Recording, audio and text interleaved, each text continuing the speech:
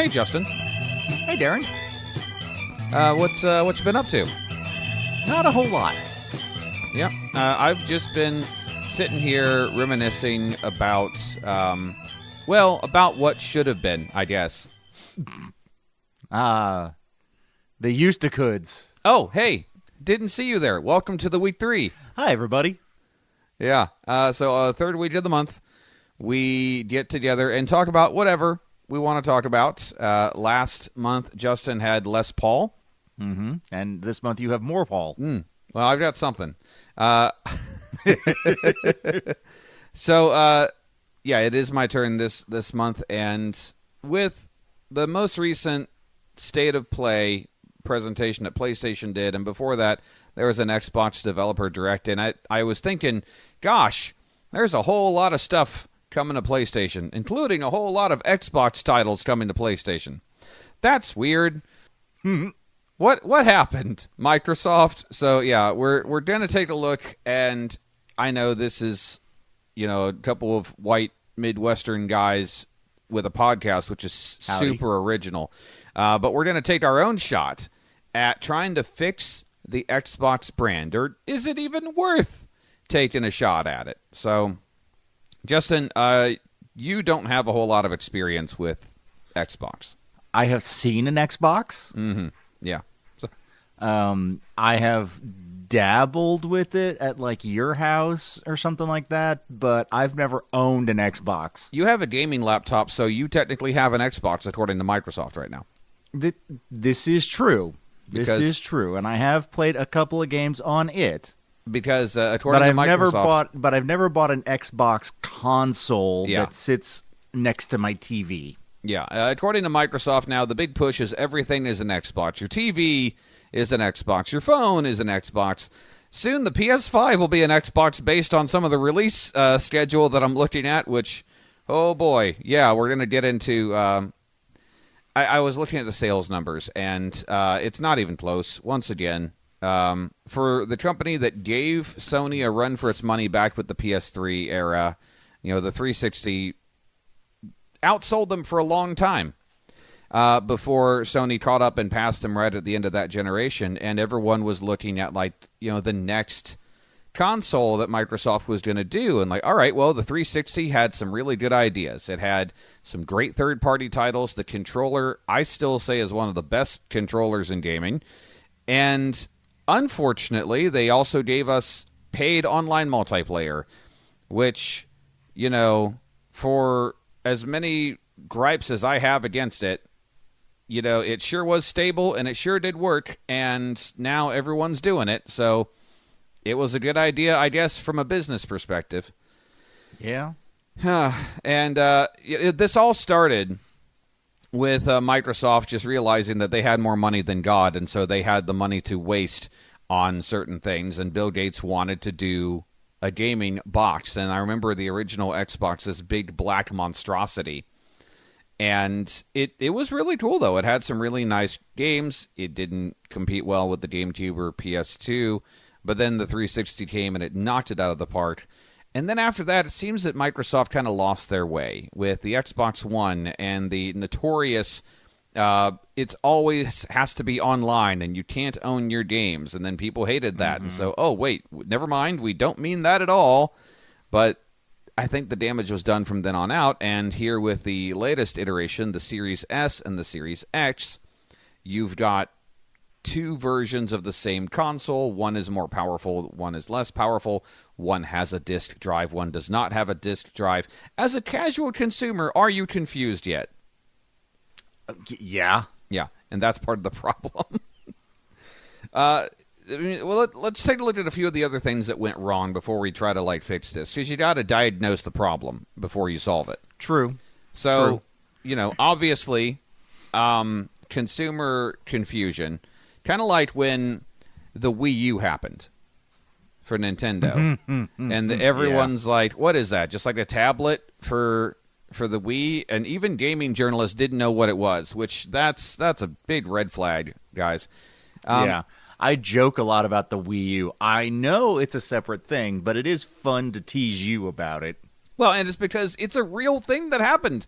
People did not know what the difference was. And we're kind of in that same area where Microsoft split the market with the Series S and the Series X. One is more powerful than the other. One is a diskless system. Yada da da da. I get it. You want to give your audience an affordable option, but I don't know. It more than once I have been out shopping and I've heard, not recently, obviously, but a few years ago, I would hear parents asking sales associates, I want an Xbox. I'm like, well, do you want the Series S or the X? I don't know what that is, especially when there's the Xbox One X, which was a prior generation from the Series X, and you guys are starting to see the problem there. Consistent branding is what you need. Do you know what the 360 was? It was the Xbox 360. I knew that. Do you know what the PlayStation is? The PlayStation 5. Everyone knows. The Switch 2. I will say, of the big three, Sony, Microsoft, and Nintendo, PlayStation has the most consistent and understandable naming scheme. Yes, absolutely. In fact, I would give Nintendo a little bit of crap about this too, because they always just names right out of left field, because the Super Nintendo was fine, and then you got the Nintendo 64. Like, okay, 64-bit system. All right, now it's the GameCube. Yeah. All right, sure, cool. What's next? The Wii. Well, even Nintendo's a good second place, because even though the names are out of left field and vastly different, that's the thing. They're vastly different from the previous generation until the Wii U. Yeah. But, that aside, we'll fix Nintendo another time. So, all right, number one, naming conventions. Guys, the next Xbox, and they say there's another console coming, and I don't know why, but they do say there's another one coming. Although from early specs, it sounds like it's just going to be a $1,000 gaming PC with an Xbox logo slapped on it. And that's actually going to be part of fixing it. But for now, the next one better just have a straight-up name. I don't want to see another Xbox ROG Ally X handheld edition, because Steam Deck. Simple. Make it consumer-friendly. All right, number two, speaking of consumer-friendly, I mentioned several console-exclusive games are going from the Xbox to multi-platform, and it seems that they're kind of taking the Sega approach of let's just release it on everything, which on one hand will make you more money, too. Yeah. But on the other hand, why would I buy an Xbox? Exactly. Because Sony is not sharing those exclusive titles. I cannot play Horizon Zero Dawn or Uncharted on an Xbox. I can on a PC, but I can't on another console. Meanwhile, Microsoft's like, you get Halo, and you get Forza, and you know what? Everybody gets everything, which is cool in theory. It works out for me because that's one less platform I have to buy. Mm-hmm. But if you guys want to fix it, I don't know. Maybe don't do that. Maybe give us a reason. You get a Master Chief, and you get a Master Chief, and you get a Master Chief. Exactly. Halo is one of my favorite gaming franchises of all time. And the fact that now I don't have to buy an Xbox to play Halo seems like a big mistake, because I definitely would have done that. Yeah? I don't know. You've bought an Xbox for less reasons. Yeah, I have. I went through 6 Xbox 360s, so yeah. We'll circle back to that. Well, in fact, let's just do that now. Hardware. Let's have something reliable, guys. Now, granted, the Series X has, from all accounts, been a pretty solid system. The S struggles quite a bit by splitting the consumer base. What you guys have done is essentially said, here's a baby one, and then when you're ready for the actual Xbox, you can get the more expensive one. And, of course, with console prices actually going up this generation, that's been fun. It's just another one of those ways to split the consumer. But they did a lot of damage to their own brand by rushing the 360 to production. Inadequate testing led to a disastrous failure rate of 76%, which is just wild to me that they still somehow almost beat Sony that generation. Now, that being said, their customer service was top-notch, and that's a plus in their favor. They usually are pretty great about customer service. I know this because I had to contact them multiple times when my 360 failed, but they were real quick about it. So, another one, we're talking about games, and really that's the only reason anyone buys a console is games. Yeah. I don't buy a PlayStation to... Okay, well, I did buy a PS2 to watch DVDs, but nowadays I buy a console for the games. And you've got big third-party games that are also not coming to the Xbox or coming much later, or at the very least, the marketing makes it seem like it's not coming to your platform. Baldur's Gate 3 didn't hit the Xbox until like a full year after it was on PlayStation and PC. That was a massive title. It won Game of the Year and so many things. And that's just the tip of the iceberg. In fact, another game that Sony announced, I'm really excited about, the sequel to Tina Bridge of Spirits. It's a gorgeous game. It is coming to PC. It's not coming to Xbox, but it is coming to PS5. It's stuff like that where, you're giving up console exclusives, but you're not getting anything in return. You're even getting less than you were getting. So you're going to have to be a little bit more aggressive, Microsoft. I'm sure they're listening. Take a page out of the Nintendo book and be a bit of a bastard to get some of those third-party exclusives if you have to, because there's a reason that Nintendo whooped everybody's ass back in the NES days because they did not have the best system. The Sega Master System was a better console.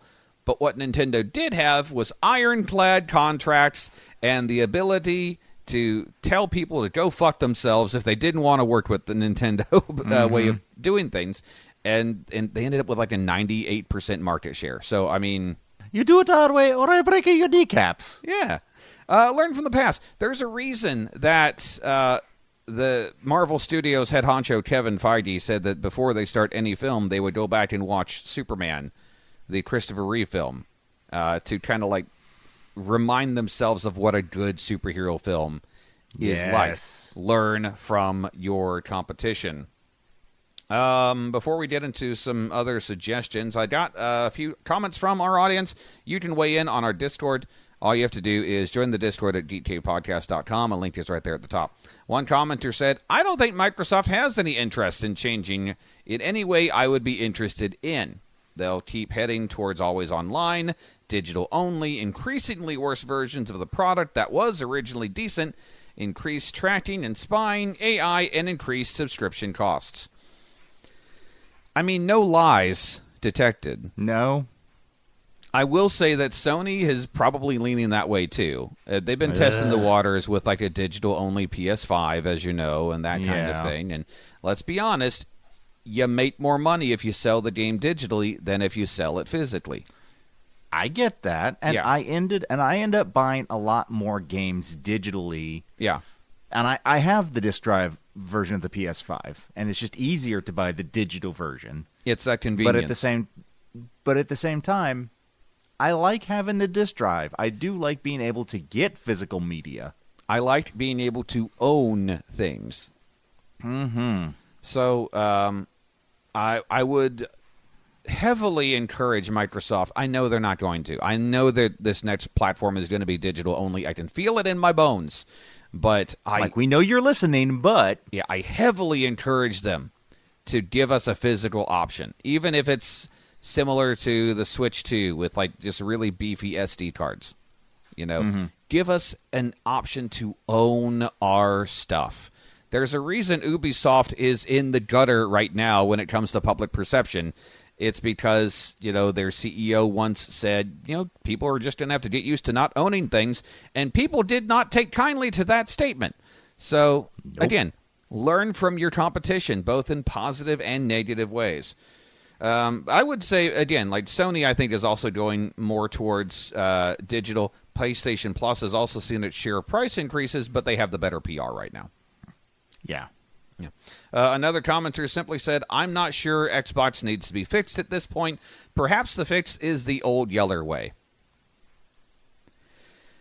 Yeah. Oh. Before we started taping, I was going through and looking for Xbox fixes, like literal fixes. Like, okay, it's doing this, maybe do this. One comment I saw was, if it died, just make funeral arrangements. Yeah. And this is all hypothetical. Maybe there is no fixing the Xbox brand. Maybe True. they just become a third-party developer. And honestly, that kind of worked out for Sega. It did. It really did. I would still argue that I think if Sega of America and Sega of Japan hadn't been so focused on fighting each other, they probably would still be around as a console maker today. That's another history lesson for another day. Go buy a Dreamcast, kids. All right, another comment. I would like to see Microsoft do more to support indie developers. See, this is a good one, and they're starting to do that with the program called ID at Xbox. I'm tired of paying for big box games ridiculously buggy on launch, sometimes unrecoverable. Call of Duty is on such a downhill fall compared to its predecessor that my brothers and I are looking into finding another game to play together this year. I greatly prefer smaller indie games built with passion and love for video games over the big companies releasing microtransaction-first slop that could be abandoned early because it doesn't work. That's a good comment. Yeah. And again, it always goes back to the games. Microsoft bought all these development studios a few years ago, and they've released a decent amount of games, but they're all multi-platform. You're not putting these on just your system. Helldivers 2 is a multiplayer game that was insanely popular. Guess where it was not? The Xbox. Yeah, it launched on PS5 and PC. Eventually, it made its way to Xbox again a full year after Helldivers 2 had been around. And by that point, when you're dealing with multiplayer games, you know, the fire starts to die down a little bit. So yeah. And that seems really weird to me, because if you're going to program it for PC, and this is maybe my ignorance talking, but isn't that really close to programming, getting it ready for the Xbox? Very close. Like, it seems like it would take more effort to get it ready for a different console than... Yeah. Well, and ultimately it goes to kind of the reason that a lot of third parties, until the Switch and the Switch 2, didn't really support Nintendo platforms, is that the support was not there. You know, the Wii and the Wii U and the GameCube and all that did great with Nintendo-published games, but third parties, just no attach rate. And maybe that's what they're seeing with the Xbox. I don't know. So the only other suggestion I would have, and this is not going to be well received, is to sell it at a loss. And hear me out on this one, because I know that the PS6 or whatever has been delayed till at least 2028 because of, you know, tariffs and RAM prices and all that stuff. The Steam Machine's launch has been delayed because of tariffs and RAM prices. And, you know, we've got, you know, a situation on the global scale where it's essentially been run by the Joker, and you don't know what he's going to do. So this is true. But you can control how you react to certain conditions. So if you cut the price of the Xbox instead of increasing it, I know you're losing money. But if you can make that back on games, that's what happened back in the day when the Genesis beat the Super Nintendo. When Sega did the unthinkable, is that they slashed the price of the console and they were giving away stuff. When was the last time a console came with a game packed in? Ooh, yeah. I think it was the Wii U. I think it was the Wii U with Nintendo Land. But yeah, you got to... Although technically the Xbox 5 did have Astro's Playground. The PS5, you mean? Yeah, that's what I said. What I say? You said the Xbox 5. Yeah. Oh no, they're inside. Yes, the PS5 came with a pack-in game. Yeah, albeit a short one. And I don't think the Xbox has done that since the 360. I know that the Xbox One eventually, late in its life, had a couple of bundles, but I don't think the Series X or S has done that. So, you know, you've got 10 months before Christmas. Here's what you do, because we know we're not getting an Xbox 720 or whatever stupid-ass name you're going to give it. Number one, you slash the price right out the gate. You come at me with $459, because right now they're selling for $700. Yeah. Come at me with $459. Yes, it's not much less than the launch price, but people are desperate for entertainment right now. And if you can make yourself look a little bit attractive, that's the thing. Secondly, all right, you've already promised all these multi-platform games. Can't take that back. But moving forward, go back to having console exclusives, guys. Mm-hmm. If you want to do the Sony route and put them on PC too, that's great. In fact, I encourage that, because that means I still don't have to buy an Xbox, but I do have to keep up with, my PC to make sure that I can play the newer games. So you're getting my money either way. Yeah. Or third, embrace the Sega route in a different way and abandon hardware development. This is probably the most popular option among a lot of gamers, because I don't like this idea, because I think the competition is good. And if PlayStation only has Nintendo to compete with, both are playing on their own separate fields. One of them is playing hockey and the other one is playing lacrosse. They're not in direct competition with each other. And that's going to lead to stagnation. That's going to lead to a lack of innovation. So I don't want them to get out of the hardware space. But let's say for the sake of argument they do. Then you can focus more on peripherals, which you're really good at, like the adaptive controller, you remember that thing a few years back, which was made so people of any and all abilities could play video games. Yes. The Kinect, which while we like to shit on the Kinect, it's such an impressive piece of tech that it's been used like in hospitals for like certain diagnostic tests and things like that. The controller, the modern Xbox controller, is still my favorite of, that's my go-to for PC gaming, because it's just the most comfortable, and Microsoft really knows the peripherals and that line of the hardware business. So if nothing else, fine, let someone else do the games. I don't recommend that, because I want Sony to have competition, but at least stay in the peripheral market and make that the Xbox brand. At the very least, it'll be profitable. There you go. Yeah. So those are my druthers. What about you? Do you have any suggestions for Bill Microsoft? We need another Star Wars dancing game. It couldn't hurt, right? I mean, of all the games on that Star Wars Kinect game, the dancing one was the best.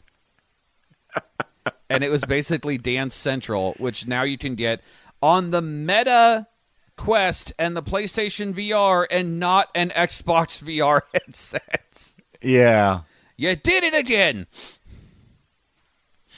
Microsoft is going to Microsoft. Yeah. Well, like I said, I'm not really an Xbox person. Never have been. I'm not much of a PC gamer, but I can, from an observer who's been part of the console wars, a veteran of the console wars, I see exactly where you're coming from and the stuff you're talking about, and I agree. I mean, they've got options, and they should listen to them and choose wisely. Yeah. Don't wave the white flag. There's plenty of room for, two big guns and Nintendo off in the kiddie pool doing its own thing and just having the time of its life.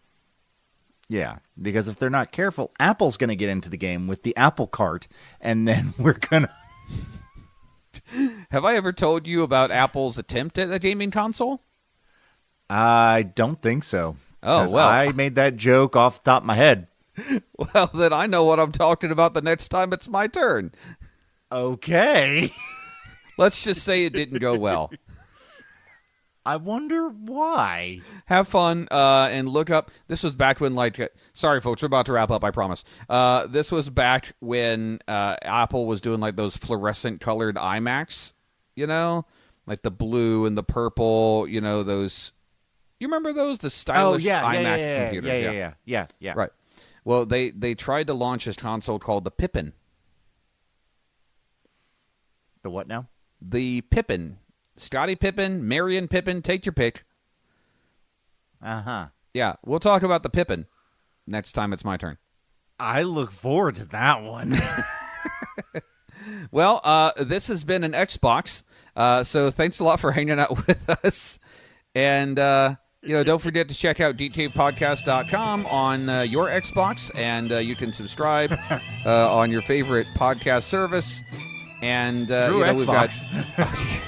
we've got new episodes every week, and I believe next month it's your turn.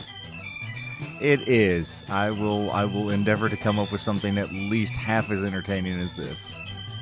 Bye. Bye.